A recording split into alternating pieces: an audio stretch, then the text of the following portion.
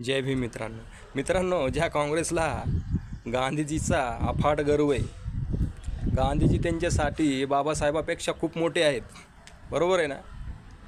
आणि त्याच काँग्रेसला आज बाबासाहेबाची आठवण आली. बघा ना, निळे कपडे घालून हिंडायला लागेल, आय एम आंबेडकर म्हणा, जय भीमचे नारे देत. कमालच झाली का नाही? हां, कारण आहे ना, जेव्हा रस्ताच सापडत नाही ना, कुठला काही सोल्युशन सापडत नाही ना, तेव्हा डॉक्टर बाबासाहेब आंबेडकर आठवतात प्रत्येकाला. किती खडतर रस्ता असू द्या, बाबासाहेबाचं नाव घेतलं की तो रस्ता पार करता येतो हे चांगलं माहीत आहे मनोवादी लोकांनासुद्धा.